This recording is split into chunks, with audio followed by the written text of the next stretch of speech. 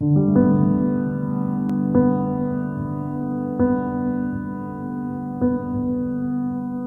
I became the pastor here for Preaching and Vision in 1980, I inherited a world missions conference. And for 3 years, 1980 until the fall of 1983, I didn't speak at our own missions conference.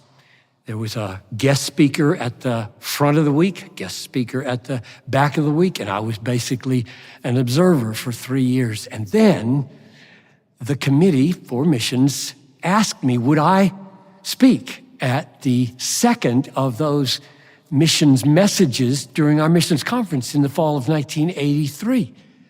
Now, I was in the middle of a series on Christian hedonism. It became the book, Desiring God. So I gave the message, the title, Missions, the Battle Cry of Christian Hedonism. The preparation for that message changed my life. And at the same time, Tom Steller, my associate for all those years here, was having a similar kind of life change experience. And both of us would say, God made a connection between the glory of God, which we loved, and world missions, which we were not as passionate about as we should be. And when that connection was made, everything changed. The next 10 years, we were speaking, we were writing, we were traveling to the mission field. We were doing everything we could to awaken ourselves and our church to the glory of God among the nations. And at the end of those 10 years, so 83 to 93, this book came into being. So 1993, Let the Nations Be Glad, the Supremacy of God in Mission. So this is the 30-year anniversary of this book as the capstone of everything I was seeing in the Bible and learning about missions and coming awake to because of God's work in my life. It blew me away more than any other book with surprise at how God used this. And the reason is because I'm just a pastor.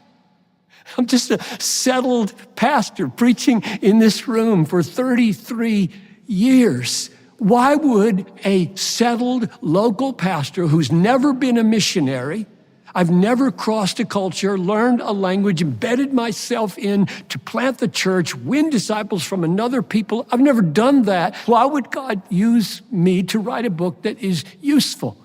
And I think the answer is, there are a couple answers. Well, there's more than a couple, but here's one.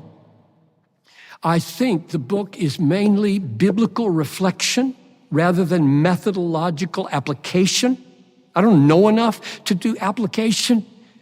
And people have found that meditation on suffering in missions, meditation on prayer in missions, meditation on worship in missions was life-changing.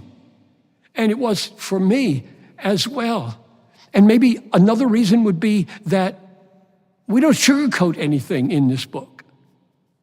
Tom Steller wrote the epilogue for it. That's why I say we. We know that it's going to cost martyrs to finish the Great Commission. So there's no effort to present missions as romantic. Go find your dream among the peoples. It's going to be very, very costly. Maybe one last thing that's been surprising and amazing to me. Through all these years, there's really only a couple of sentences that people have ever quoted back to me from this book. And it's the first sentences in the book. Missions exists because worship doesn't. Missions is not the ultimate goal of the church. Worship is the ultimate goal of the church. So when the elect are gathered around the throne forever and ever from all the peoples and tribes and tongue and nations, missions will be no more and worship will last forever. Those are the sentences that come back to me. And so if God is pleased to take a big book and have 3 sentences remembered so that lives are changed, so be it. So that's my prayer. I pray that for another 30 years, maybe, God would be pleased to stir up his church for the cause of global missions to his glory.